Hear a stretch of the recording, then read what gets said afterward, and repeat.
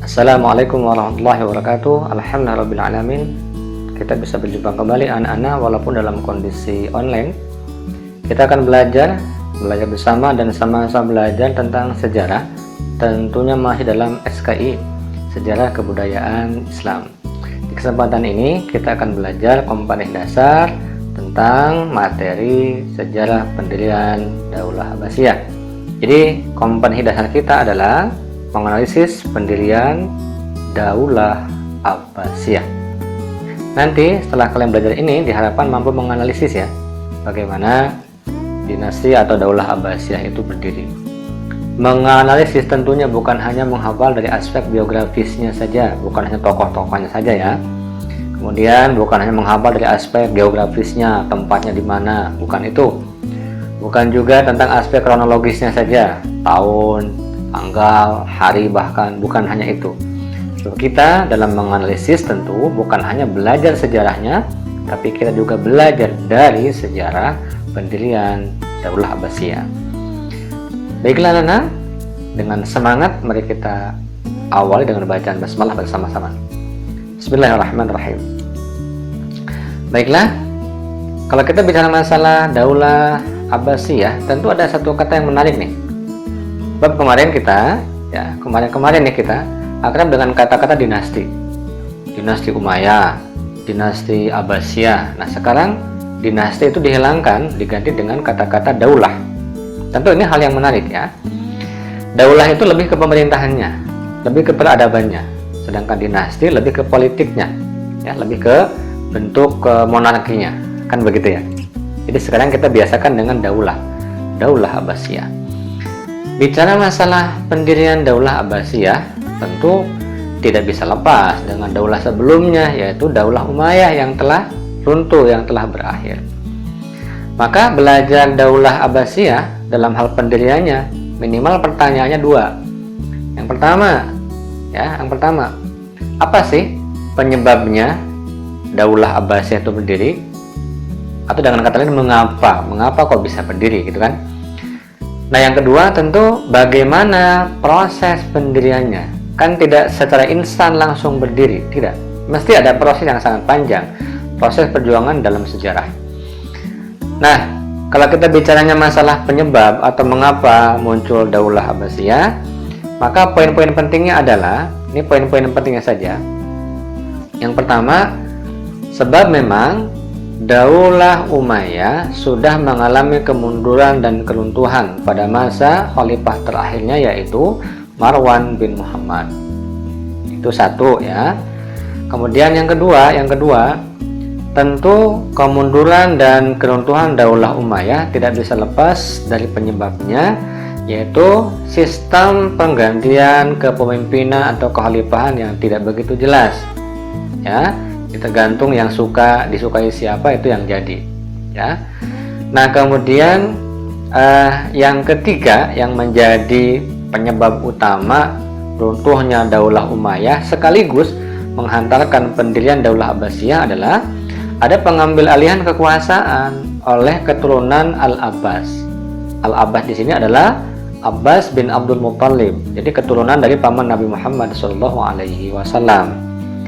Ini yang paling menjadi faktor utama ya, meruntuhkan Daulah Umayyah sekaligus menghantarkan pendirian Daulah Abbasiyah. Anak-anak sekalian, kita lanjut yang kedua nih biar agak cepat ya. Yang kedua, terus bagaimana proses pendiriannya? Poin-poin pentingnya adalah yang pertama tentu tokoh-tokoh yang berperan dalam pendirian Daulah Abbasiyah itu sangat-sangat intens atau sangat-sangat gigih untuk berjuang.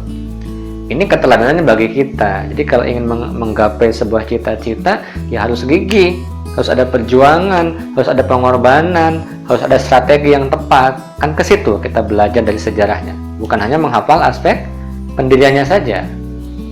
Nah, tokoh-tokohnya adalah di situ ada Muhammad Al-Abbas, ada Ibrahim Al-Imam, ada Abu Muslim Al-Khurasani, dan yang terakhir ada Abul Abbas As-Saffah yang nantinya menjadi pendiri sekaligus khalifah pertama dari Daulah Abbasiyah.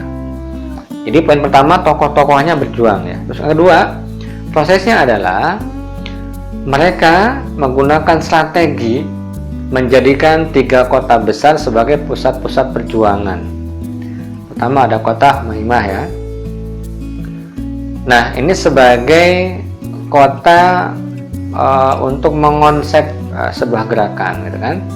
Kemudian ada kota Kufah sebagai kota penghubung dalam sebuah gerakan. Juga ada kota Khurasan. Kota Khurasan ini sebagai basisnya pergerakan praktisnya di situ. Nah, setelah itu bagaimana proses berikutnya? Nah, dalam perjuangannya untuk mendirikan Daulah Abbasiyah, mereka menggunakan perjuangan gerakan bawah tanah. Maknanya perjuangan rahasia, tidak terang-terangan. Nah, poin berikutnya anak-anak, poin berikutnya. Jadi mereka menggunakan satu strategi. Strateginya adalah tidak bermusuhan dengan siapapun. Jadi lembut di situ ya. Kemudian strategi yang terakhir, mereka tidak menggunakan nama Abbasnya, tapi justru menggunakan Bani Hashim. Lebih besar cakupannya, menggunakan Bani Hashim, lebih besar cakupannya, supaya dari keluarga Ali bin Abi Thalib juga ikut simpati dan seterusnya. Jadi menggunakannya namanya Bani Hashim, bukan Bani Muthalib, gitu ya. Poin-poin penting tadi, mari kita jabarkan sedikit ya. Mari kita jabarkan supaya kalian lebih mudah menganalisisnya ya. Silakan diikuti penjelasan berikut ini.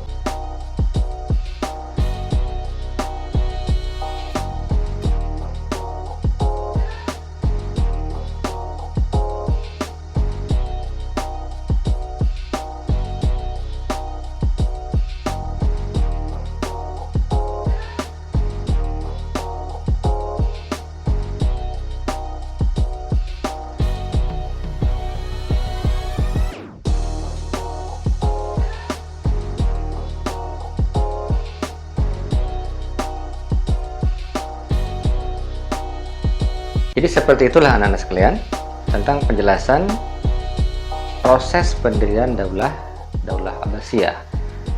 Bagaimana? Sudah bisa dipahami? Atau masih bingung? Tentunya pemahaman tidak bisa instan juga. Perlu belajar, baca, dan baca terus. Bacalah sejarah supaya bisa belajar dari sejarah.